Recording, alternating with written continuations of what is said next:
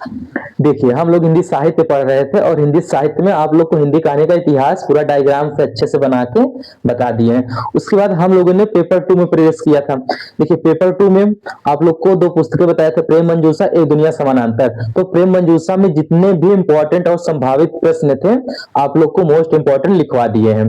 अब हम लोग को प्रेम मंजूषा में जो भी कल प्रश्न लिखवाए थे आप लोगों को, उसका आप लोग को कैसे उत्तर लिखना है, आप लोग को 2 शब्द सिर्फ बताएंगे, आप लोग उसी के बेस पे पूरा उत्तर अपने से लिख लेंगे। क्योंकि अभी जो 2 शब्द आप लोग को बताने वाले हैं, उसी में से घुमा फिरा के सारे प्रश्न आते हैं। देखिए, साहित्य में 2 शब्द आप लोग अच्छे से ध्यान रख लीजिए, यही शब्द से प्रश्न हमेशा घुमा फिरा के आते हैं। देखिए, पहला है संवेदना और दूसरा है शिल्प। अगर ये 2 शब्द आप लोग अच्छे से समझ लिए तो इसी में से पूरा प्रश्न घुमा फिरा के आता है। अगर कहानी में आप लोग संवेदना और शिल्प ये 2 शब्द समझ लिए तो आप लोग नाटक, उपन्यास सब अच्छे से कर ले जाएंगे। अब देखिए, एक और इसमें जोड़ लीजिए, तत्वों के आधार पे। तत्वों के आधार पर, देखिए, तत्वों के आधार पे आप लोग को कहानी के 6 तत्व बता चुके हैं। कहानी के 6 तत्व आप लोग को बहुत अच्छे से पूरा विस्तार से समझाए हैं। तो आप लोग मेरा पिछला जो वीडियो है उसको जाके देखिए, उसमें कहानी के 6 तत्व को अच्छे से समझा दिए हैं। अगर जो जो नहीं देखे हैं, जिनको कहानी के 6 तत्व नहीं पता है, तो आप लोग मेरा पिछला वीडियो देख सकते हैं कि कहानी के 6 तत्व कौन कौन से बताए हैं। तो देखिए, आप लोग साहित्य में ये 2 शब्द ध्यान रखिए। अब देखिए, अब हम लोग ये समझेंगे कि देखिए, पहले तो हम लोग समझते हैं कि संवेदना के पर्यायवाची शब्द कौन कौन से हैं, कि कौन कौन से नाम से प्रश्न आएगा तो हम लोग समझ जाएंगे हाँ संवेदना ही है, हम लोग को यही लिखना है उत्तर। तो देखिए, संवेदना के पर्यायवाची जो शब्द है वो है, पहला तो है वस्तु, और वस्तु को पहले लगा देंगे, विषय वस्तु हो जाएगा, विषय वस्तु। देखिए देखिए, इसको मिटाते हैं फिर आगे लिखते हैं। देखिए, और जो है हमारा, या बोल सकते हैं प्रतिपाद्य। देखिए, प्रतिपाद्य अगर पूछेगा तो भी हम लोग को संवेदना ही लिखना है, क्योंकि इसमें अंतर बस डेसिमल के बराबर अंतर है, ज्यादा अंतर नहीं है। या फिर पूछ ले वर्ण विचार,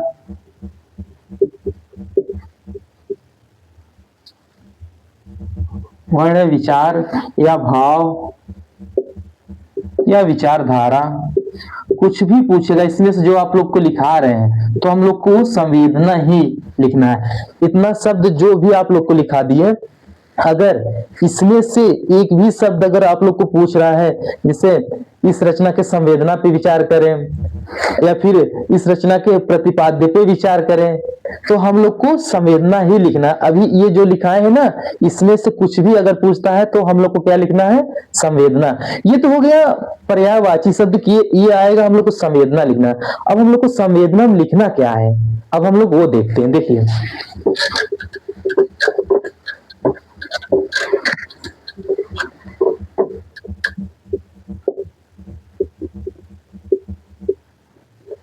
देखिए, संवेदना में जो हम लोग को पहले से लिखना है, सबसे पहले वो लिखना है दर्शन या विचारधारा। देखिए, हम लोग को ये जिक्र कर देना है कि लेखक जो रचना किया है उसने किसी दर्शन या किसी खास विचारधारा से प्रभावित होकर लिखा है, तो उसका जिक्र हम लोग कर देंगे। वैसे तो अपना अपना सबका दर्शन होता है, बट अगर लेखक किसी दर्शन या खास विचारधारा से प्रभावित होकर रचना किया है तो उसका जिक्र हम लोग यहाँ कर देंगे। और जो दूसरा है वो है समस्याएं। देखिए, समस्याएं में हम लोग को क्या लिखना है कि लेखक जो रचना किया है उसने कोई मतलब जो भी उसमें समस्या जो है उसका अगर जिक्र किया है तो उसको हम लोग को लिख देना है। और खास तौर पे अगर किसी समस्या को केंद्र में रख के रचना किया है, किसी भी समस्या को केंद्र में रख के रचना किया है तो उसका जिक्र हम लोग कर देंगे। अब देखिए, उसके बाद जो तीसरा हम लोग का रहेगा वो रहेगा समाधान का पक्ष। समाधान का पक्ष, देखिए समाधान का पक्ष हम लोग कैसे करेंगे, आप लोग तीन बातें ध्यान रखिए।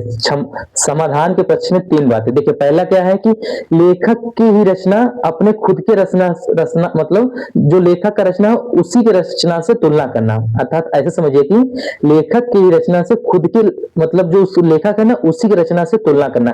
जैसे मान लीजिए प्रेमचंद जी की कफन और पूस की रात से तुलना कर देना, ऐसे मतलब खुद की रचना से खुद की तुलना करना ऐसे। तो ये पहला आप लोग पॉइंट ध्यान रखें। और जो दूसरा है वह है लेखक की रचना और प्लस किसी अन्य लेखक की रचना से तुलना करना।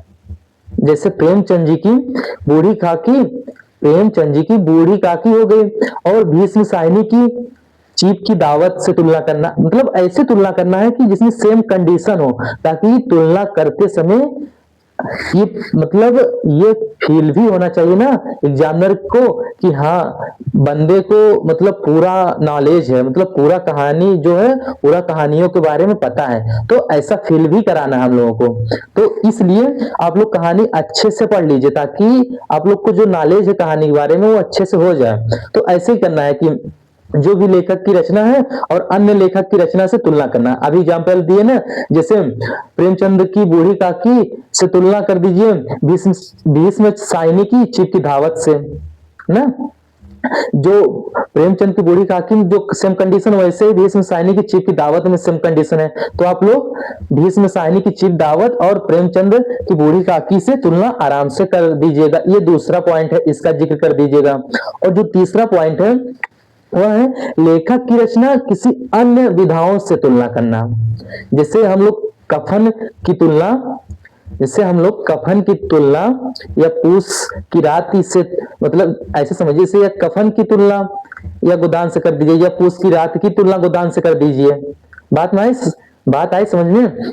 कहने का मतलब ये हुआ कि ऐसे समझिए कि मतलब लेखक की रचना किसी अन्य विधा से, मतलब जो अन्य विधा की रचना है जैसे उपन्यास की रचना है उससे तुलना करना। अभी बताया ना, जैसे पूस की रात से गोदान की तुलना कर दीजिए। ऐसे ये तीन पॉइंट आप लोग समाधान के पक्ष में याद कर लीजिए।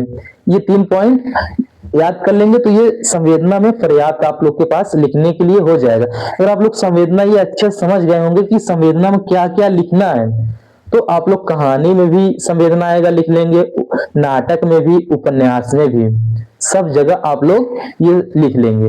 तो इसलिए बोले ना आप लोग को दो शब्द सिर्फ समझना है और दो शब्द में क्या क्या लिखना है। इसलिए आप लोग को खूब अच्छे से बार बार समझा के बता रहे हैं कि ये दो शब्द अच्छे से समझ लीजिए, क्योंकि अगर ये अभी यहाँ कहानी समझे रहेंगे नाटक उपन्यास में आप लोगों के लिए इजी हो जाएगा।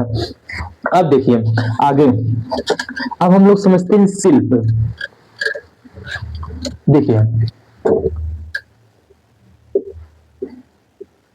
देखिए शिल्प में क्या लिखना है। देखिए शिल्प में मतलब अपनी बात को किस तरीके से व्यक्त किया गया, मतलब अच्छे तरीके से अपने बात को व्यक्त किया गया है कि नहीं, बस ये सब शिल्प में लिखना है। देखिए शिल्प में क्या क्या लिखना है ये समझिए। देखिए शिल्प में पहले तो ये समझिए कि क्या लिखना है। देखिए शिल्प में आप लोग को बता दें क्या क्या लिखना है। एक हो गया देखिए भाषा शैली हो गया, एक हो गया कथानक योजना, और एक चरित्र योजना, और एक अन्य में आ जाएगा। तो शिल्प में भी आप लोग 4 पॉइंट ध्यान रखिए। तो इतना अगर आप लोग समझ गए ना तो संवेदना शिल्प आप लोग पूरा प्रश्न अपने से कर लेंगे, मुझे लिखाने की जरूरत ही नहीं पड़ेगी। तो देखिए आप लोग शिल्प समझिएंगे हम लोग। अब देखिए शिल्प, देखिए पहला है भाषा शैली। देखिए भाषा शैली में हम लोग जो पहला पॉइंट है वो समझेंगे कौन सी भाषा है, कौन सी भाषा है। देखिए कौन सी भाषा मतलब अगर उसमें अवध या ब्रज भाषा का जिक्र किया गया होगा तो आप लोग वो जिक्र कर दीजिएगा। कौन सी भाषा का मतलब प्रयोग हुआ है उस रचना में, कि अवध का है कि ब्रज का है कि कौन सी भाषा है, उसका आप लोग जिक्र कर दीजिएगा। अब देखिए जो दूसरा पॉइंट है वह है कौन सी शैली है।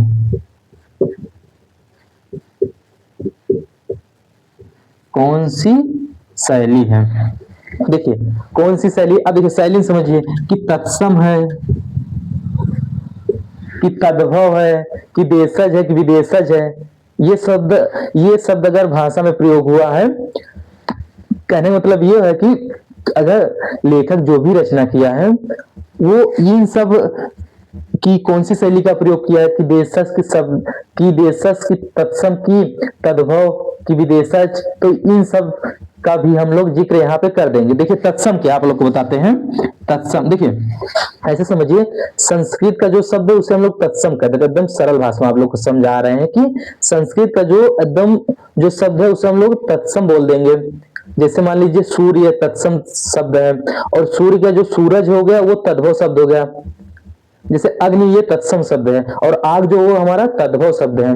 और जो तद्भव हुआ, देखिए तद्भव शब्द किसे कहते हैं। तद्भव मतलब ये हुआ कि देखिए जो संस्कृत का बिगड़ा हुआ रूप है उसे हम लोग तद्भव बोल देते हैं। मतलब जो संस्कृत का रूप है सेम वैसे जो संस्कृत का उसे हम लोग तत्सम बोल देंगे, और जो संस्कृत का बिगड़ा हुआ रूप है उसे हम लोग तद्भव बोल देंगे। अभी बताए ना तद्भव, जैसे आग ये हमारा तद्भव शब्द है, और अग्नि ये हमारा तत्सम शब्द है, और सूर्य हमारा तत्सम शब्द है, और सूरज हमारा ये तद्भव शब्द हो गया। तो ये हो गया हम लोग का तत्सम और तद्भव शब्द। अब एक शब्द है देशज। देखिए एक शब्द है देशज। देखिए देशज आप लोग एकदम सरल भाषा में आप लोग को समझा रहे हैं कि जो किसी खास देश या किसी खास इलाके में शुरू हुआ हो उसे हम लोग देशज बोल देंगे। जैसे कहते हैं ना दो ठो पेन दे दीजिए, अब दो तो ठीक है, ये ठो क्या है, तो वहां की खास एक भाषा एक लैंग्वेज है वहां की, ठो मतलब ये क्या है, तो हम लोग समझ जाएंगे कि वो कहाँ का है, बिहार का है, बिहार के किस जिला ऐसा है, तो वो बताने की जरूरत ही नहीं है, तब वो बंदे वहां के मतलब समझ जाएंगे कि हाँ ये बंदा किस जिले का है बिहार के। तो ये हुआ यहाँ पे। जैसे खिड़की हो गया, लोटा हो गया, ये सब क्या है, ये हमारा देशज शब्द है। तो देशज आप लोग समझ गए ना, जो किसी खास इलाके में शुरू हुआ हो वो देशज, वो देशज हुआ। अब देखिए अब इसमें और है, यहाँ ऊपर समझाते हैं इसको मिटा के। देखिए इसमें आप लोग एक और समझ लीजिए। देखिए कि सूत्र भाषा, देखिए सूत्र भाषा का सीधा सा मतलब है समास शैली। समास शैली। अब देखिए समास शैली क्या है। समास शैली यह है कि किसी भी गहरी बात को कम शब्दों में कहना या बोल देना, वो समास शैली हो गई। आई बात गई समझ में। किसी भी कम शब्दों को किसी भी ऐसे समझिए कि किसी भी मतलब ऐसे समझिए कोई भी फार्मूला हुआ, तो किसी भी गहराई को कम शब्दों में, मतलब किसी भी बात की गहराई को कम शब्दों में बोल देना, वो हमारा समास शैली हो गया। मतलब कोई भी गहराई की बात हो उसको मतलब एक फार्मूला बेस तैयार करके उसमें बोल देना ना। आई बात गई समझ में कि किसी भी गहरी बात को कम शब्दों में कह देना, वो हमारा समास शैली हो गया। आप लोग को इतना बार बार समझा क्यों, इतना बार बार क्यों समझा रहे हैं, ताकि आप लोग अच्छे से माइंड में बैठ जाए। अब देखिए जो हमारा दूसरा है वह है व्यास शैली। देखिए व्यास शैली क्या हुआ। देखिए व्यास शैली का मतलब यह हुआ कि किसी भी बात को गहराई से मतलब समझा के विस्तार से बताना, वो हमारा व्यास शैली के अंतर्गत आ जाएगा। तो कोई भी बात हुई उसको बहुत समझा के उसको बहुत विस्तार से बताना, तो हमारा व्यास शैली के अंतर्गत आ जाएगा। अब देखिए मेरे ख्याल से देखिए सूत्र भाषा कुछ नहीं, बस समाज शैली है, और समाज शैली क्या है आप लोग को बता दिए। और देखिए एक है व्यास शैली, और व्यास शैली क्या है वो भी आप लोग को बता दिए। अब देखिए इसमें हम लोग आगे समझते हैं शिल्प में। देखिए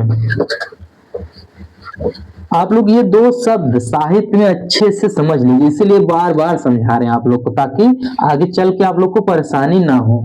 अब देखिए जो अगला है हमारा वो है कथानक योजना। देखिए कथानक योजना में पहले तो ये ध्यान दीजिए, आप लोग को बता चुके हैं जब कहानी के 6 तत्व पढ़ा रहे थे तो उसमें कथानक योजना भी बताए थे कि कथा कैसी मतलब होनी चाहिए, कहानी कैसी होनी चाहिए कि उसमें गति विराम मतलब ना तो गति होना चाहिए ज्यादा, ना ही विराम ज्यादा होनी चाहिए। मतलब सब कुछ हर एक चीज वेल कनेक्टेड हो, मतलब हर एक चीज एक दूसरे से वेल कनेक्टेड होना चाहिए, ताकि पाठक को पढ़ के ना तो नींद आए, मतलब विराम ज्यादा होगी तो पाठक क्या पढ़ के उसको पाठक को नींद आने लगेगी, तो फिर कहानी, फिर वो अच्छी कहानी नहीं हुई ना। तो इसलिए हर एक चीज वेल कनेक्टेड अच्छे से होना चाहिए, ताकि पाठक को पढ़ के मतलब उसको फील ही ना हो कि वो आसपास उसके कौन है, वो उस वातावरण में ऐसे खो जाए। तो देखिए इसमें गति विराम का जिक्र आप लोग कर दीजिए, गति या विराम का। और इसमें एक शब्द और है, देखिए इतना आप लोग अगर इसमें जिक्र कर देंगे मेरे ख्याल से पर्याप्त है। देखिए और आप लोग को बताते हैं, इसमें एक शब्द है वक्र। कथानक वक्र होना चाहिए या सीधा, अगर ये है तो इसका भी जिक्र कर दीजिएगा। देखिए वक्र का क्या मतलब हुआ, ऐसे समझिए, ये देखिए वक्र, देखिए कथानक कभी इस तरफ है, कभी इस तरफ है, कभी इस तरफ है, कभी इस तरफ है। अब एग्जाम्पल से समझिए क्या हुआ, इसका क्या मतलब हुआ। जैसे फिल्म में आप लोग देखते हैं ना, जो लास्ट वाली सीन होती है उसमें कभी विलन नायक को मार रहा है, कभी नायक विलन को मार रहा है, अर्थात आप ऐसे फिल्म होता है ना, कभी देखे होंगे आप लोग कि मतलब कहानी का जो कथानक है वो मतलब लास्ट में किसी एक बिंदु पे आके समाप्त होता है, बट जो ये वक्र का जो द्वंद है, मतलब द्वंद बना रहता है, ये समाप्त ही नहीं होता कि कभी कथानक का पक्ष विलन की तरफ, विलन मतलब कभी विलन मार खा रहा है, जो विलन है ना कभी वो मार खा रहा है, कभी नायक मार खा रहा है, फिर नायक पता चला बेहोश हो गया, फिर सब लोग अब क्या होगा, अब क्या होगा, फिर पता चला कुछ देर में नायक उठा, मतलब कि कुछ समय पहले विलन के पक्ष में आ गया था कथानक, उसके बाद फिर जब नायक उठा तो सबके मन में फिर अच्छा विलन मार खाएगा, तो फिर उसका विलन के पक्ष में आ गया।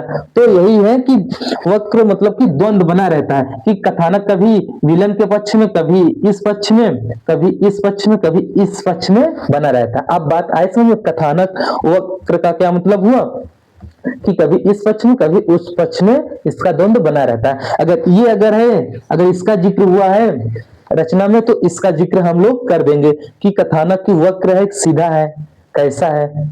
तो अब मेरे ख्याल से इसका मतलब आप लोग को अच्छे से समझ में आ गया होगा। अब देखिए और जो तीसरा है इसमें, देखिए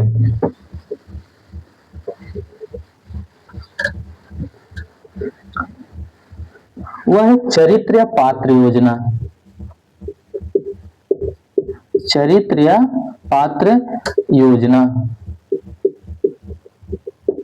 देखिए चरित्र भी आप लोग को जब कहानी 6 तत्व पढ़ा रहे थे उसमें भी बताए थे, बस चरित्र में इतना ध्यान रखना है आप लोग को कि एक अच्छा मतलब एक अच्छा कहानी, मतलब जो 6 तत्व बताए थे उसमें एक अच्छा कहानी कब माना जाएगा कि उसमें चरित्र जो स्वाभाविक होने चाहिए, मतलब पढ़ के ऐसा लगे हाँ ये सच में होता है, मतलब असली होने चाहिए, ऐसा पढ़ के फील हो, तो तब वो एक अच्छा कहानी माना जाएगा। तो इसमें आप लोग चरित्र या पात्र में ये जिक्र कर दीजिएगा कि पात्र मतलब कैसा है, कि कैसा है, स्वाभाविक है, क्या है। तो आप लोग ये चरित्र योजना का भी जिक्र कर दीजिएगा शिल्प में। और जो हमारा लास्ट है वह है जो हमारा शिल्प में लास्ट अन्न में आ जाएगा, जो अन्न में हम लोग जिक्र करेंगे, वो जिक्र कर देंगे चेतना प्रवाह शैली।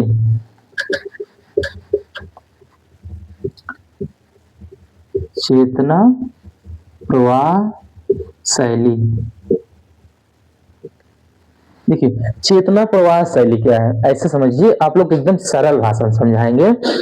देखिए चेतना प्रवाह शैली क्या है कि लेखक खुद पाठक, देखिए लेखक खुद चरित्र, जो उसमें कहानी में जो चरित्र होते हैं ना, खुद पात्र के भीतर बैठ के कोई भी रचना करे, कि लेखक खुद पात्र के अंदर बैठ के, खुद स्वयं बैठ के तब रचना करे और उसके मन में जो आए वो लिखता चला जाए, मतलब उससे हम लोग चेतना प्रवाह शैली बोल देंगे। अगर ऐसा आप लोग को कहानी पढ़ के लगता है कि इसका जिक्र किया गया है चेतना प्रवाह शैली का, तो इसका हम लोग शिल्प में जिक्र कर देंगे। अब मेरे ख्याल से आप लोग को चेतना प्रवाह शैली बहुत अच्छे समझ में आ गया होगा, क्योंकि आप लोग को बहुत अच्छे से विस्तार से बता दिए हैं कि जब लेखक पाठक के जब लेखक चरित्र के माध्यम से जो चरित्र है मतलब पात्र है उसके भीतर स्वयं बैठ के जब रचना करें और उसके मन में जो आए वो भी लिखता चला जाए, जो भी आ रहा है उसके मन में लिखता चला जाए, तो उसे हम लोग चेतना प्रवाह शैली कहते हैं। तो ये हो गया चेतना प्रवाह शैली। अब देखिए अब देखिए अब हम लोग जो पढ़ेंगे, अब देखिए ये दो शब्द आप लोग को बहुत अच्छे समझा दिए हैं, बार बार समझाएं, एक बार नहीं 3 बार बोल के समझाएं ताकि आप लोग को अच्छे से समझ में आ जाए। संवेदना शिल्प आप लोग 2 शब्द अच्छे से समझ लीजिए ताकि नाटक उपन्यास, जब नाटक और उपन्यास का क्वेश्चन लिखवाएं तो उसमें भी आप लोग को अच्छे से समझ में आ जाए। और हाँ, अगर आप लोग अपने से क्वेश्चन जितना लिखवाएं करिएगा, अगर उसमें क्वेश्चन आप लोग को नहीं बनता है तब आप लोग कमेंट करके जरूर हमसे पूछिएगा। आप लोग को जितना क्वेश्चन है, जो जो आप लोग कहेंगे सारा क्वेश्चन का आंसर पूरा लिखवा देंगे। अब हम लोग देखिए जो पढ़ेंगे वो है प्रेमचंद की सर्वश्रेष्ठ कहानियां कौन कौन सी है।